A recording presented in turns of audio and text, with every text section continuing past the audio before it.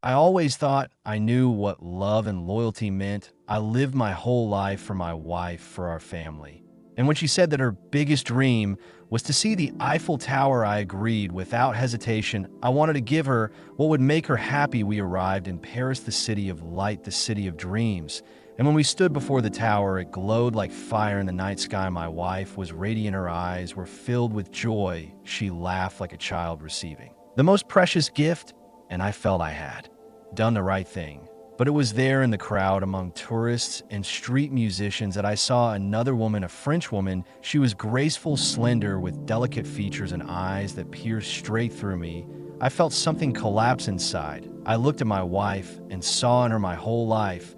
And at the same time, my mind was running to this stranger who seemed like part of the city itself. Her walk, her smile, her energy, everything about her was different. And I felt my heart split in two. I love my wife, but I'm losing my mind over another. The night in Paris felt alive with sounds and lights, the Eiffel Tower glowing above us, my wife holding my hand with joy in her heart.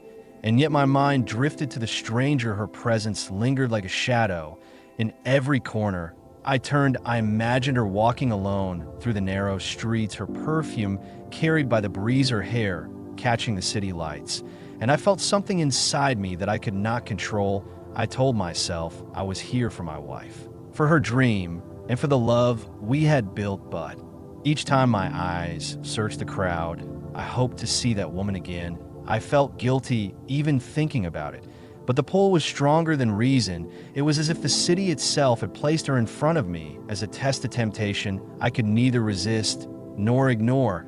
I thought about the promises I had made, the years spent together, the trust we shared, and yet the fire inside me burned brighter with each memory of her eyes. I walked through Paris with my wife by my side, but inside I was somewhere else, torn between loyalty and desire, between the life I had built and the dream of something forbidden. The following morning, Paris woke with soft golden light spilling across the rooftops. The air was fresh, filled with the scent of bread from the bakeries and coffee drifting through open windows. My wife was radiant. She wanted to see everything. She spoke with excitement about the Louvre, the Seine, the gardens, and I smiled, nodding, holding her hand. But my heart was restless. I could not shake the feeling of that stranger, as if she was stitched into the very fabric of this city. I kept imagining her, eyes meeting mine again, her lips parting as though she had words only for me, and the thought consumed me until even the sound of my wife's laughter felt distant, muted, like I was living in two different worlds at once. We walked near the Eiffel Tower again, the symbol of her lifelong dream, her face lit with joy as she posed for photos. Her happiness was real and pure, yet behind her smile my gaze betrayed me. I scanned the crowd looking for her, and then, as if destiny heard my unspoken desire, I saw her across the square, the stranger, the French woman, her beauty sharper than I remembered, her dress flowing, her figure undeniable. She was speaking to someone. But when her eyes found mine, it felt as if the world had stopped. My chest tightened, my pulse quickened, and I forgot everything else. My wife called my name, pulled at my hand, but I barely heard her. The woman looked at me with a knowing glance, a spark that was more than coincidence. She turned and walked slowly toward the carousel near the tower, her movements deliberate, her eyes still locked on mine. And I felt a choice before me: stay by the side of the woman who had given me years of love, or follow a stranger who had set my soul on fire. I hesitated, caught in the storm inside my mind, guilt, desire, love, betrayal, all clashing within me. My wife laughed again and asked me to take her picture. I lifted the camera, smiled for her sake, but my eyes betrayed me, wandering back to the stranger who now disappeared behind the carousel, as if inviting me to chase her. I felt the weight of destiny pressing down, whispering promises of a different life, one where passion ruled over duty, one where I was not bound by the past, but by the raw pull of the present moment. And I knew deep down that this was only the beginning of a dangerous story, one that could destroy everything I had built or lead me into a fire I was not ready to face. The afternoon sun poured fire across the Parisian sky, the Eiffel Tower glowing against the light as my wife pulled me closer, her laughter ringing like a bell. But my soul was no longer steady, it was split in two. I saw her, the stranger, slipping into the shadows of the carousel, her hair catching the breeze, her body moving like a promise. I felt every part of me drawn toward her, as though she carried the secret I had been searching for my entire life. My wife asked if I was happy, her eyes soft, filled with trust. She spoke about the years we had shared, the struggles, the triumphs, the sacrifices, and I nodded, forcing a smile. But deep inside, I was trembling because at that very moment the stranger turned, and with one subtle gesture of her hand, she called me wordlessly without a sound, and it was enough to ignite something inside me that I could not control. I thought of loyalty, of vows spoken long ago, of the woman who stood beside me for decades. Yet I also thought of the fire in my chest, the madness in my veins, the hunger for something new and forbidden, and the longer I hesitated, the louder my heart screamed at me, until I felt I could no longer breathe. So I stepped away, only a single step, but it was enough. My wife noticed, her eyes flickered confusion, paint a shadow of fear. She called my name again, softer this time, like a question, like a plea, and I froze, torn between two worlds, one built on devotion, the other blazing with desire. And I knew that whichever way I moved next would change everything forever. Night fell over Paris, and the lights of the Eiffel Tower began to glitter like 1,000 secrets scattered across the sky. My wife rested on a bench, her eyes lifted in wonder, her smile soft and pure, as she whispered that this was the dream of her life, to stand here with me, to feel this magic together. And I wanted to answer with honesty, with gratitude, but my throat was dry because my eyes were searching for her, the stranger who haunted every thought since the first glance. And then she appeared, moving through the crowd like she belonged to another world, her dress brushing her skin, her figure drawing every gaze, but her eyes fixed only on mine. I felt her invitation without words, and my chest burned with the weight of choice. I told my wife I needed a moment to clear my head. She nodded, trusting without doubt, because she had always believed in me, and that trust cut me deeper than any blade.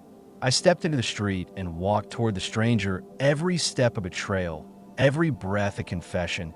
Yet I could not stop, my soul pushed forward as if destiny itself had taken hold. When I reached her, she smiled slightly, a curve of lips that carried both danger and salvation. And in that moment, the world around me dissolved. Paris, the lights, the tower, even the face of my wife fading like a dream, leaving only her and the storm inside me. Her voice slid through the night like velvet. She asked me if I was lost, her accent thick, her words soft and dangerous. I wanted to answer that I was not lost, but broken, that I was not searching, but escaping, and yet I only nodded because my tongue felt heavy, my chest alive with fire. She stepped closer, the perfume of her skin wrapping around me like a secret spell. Her eyes held me in place, asking questions without speaking, daring me to choose. And I felt my hands tremble, as if they already knew what my heart had decided. I whispered that I should not be here, that my wife was waiting only steps away, and she smiled with a calmness that shook me deeper than fear. She said, sometimes the heart carries two truths at once. Sometimes love is not enough to quiet the hunger for something more. And her words sliced into me because they mirrored everything I tried to deny.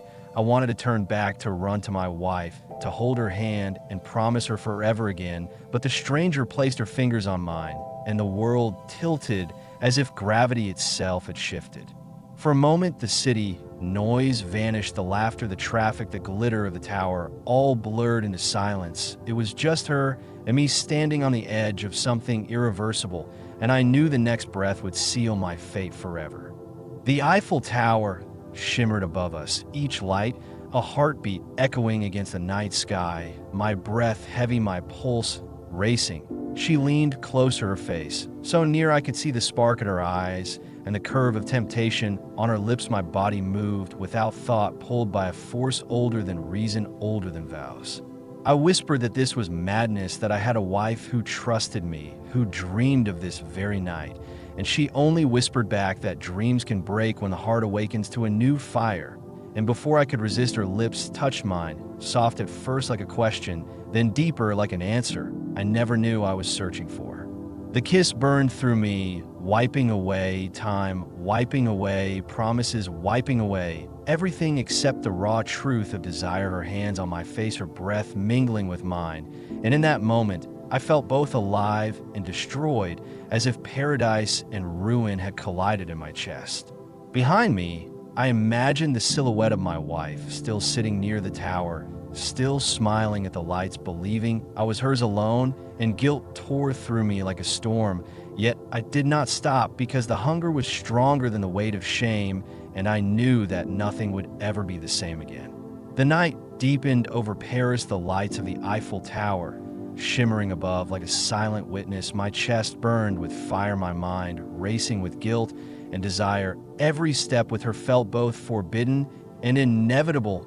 I knew I had crossed a line, yet the pull of her presence was stronger than all reason, stronger than the weight of years with my wife. I imagined her fingers brushing mine, the curve of her body pressed against me, every glance igniting a storm inside that I could not contain. I wanted to stop, to return to the life I had promised to protect, but my feet moved forward as if drawn by gravity itself, every heartbeat screaming that this was wrong, and yet every part of me craving it more than air. My wife lingered in my thoughts, her laughter, the softness of her hand, the warmth of her trust. But even that love was shadowed by the fire this stranger had ignited. I whispered to myself that I must resist, that I could not betray everything. And yet the sound of her voice, her soft smile, her eyes daring me to surrender, erased all my defenses. The city around us seemed to fade, the tourists, the music, the cars, all dissolved into a blur, leaving only us on the edge of a precipice of passion and danger. And I realized that I was both free and trapped, caught between loyalty and lust, between devotion and desire, between the life I built and the fire I could not deny. And I knew that every choice from this moment would echo forever. The city of Paris shimmered around us, the Eiffel Tower glowing above, a silent witness to every thought, every heartbeat, every unspoken desire. I stood frozen, torn between two worlds, one of loyalty, one of lust, between the life I had built and the fire I could no longer deny.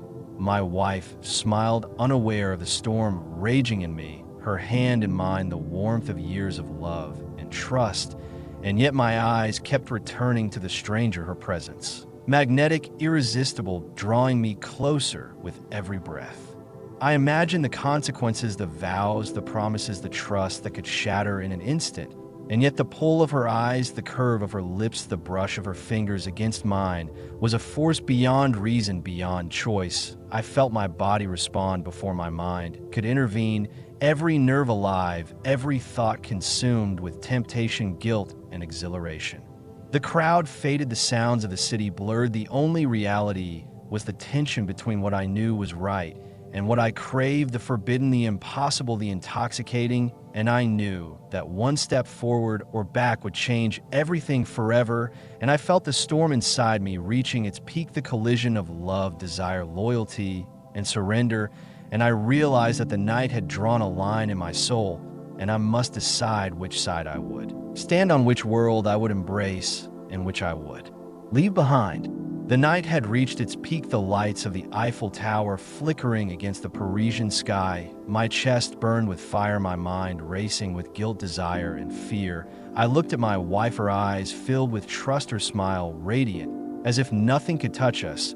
And yet behind that smile, I felt the weight of every heartbeat drawing me toward the stranger, standing just steps away, her body illuminated by the soft glow of the tower, her eyes daring me to surrender.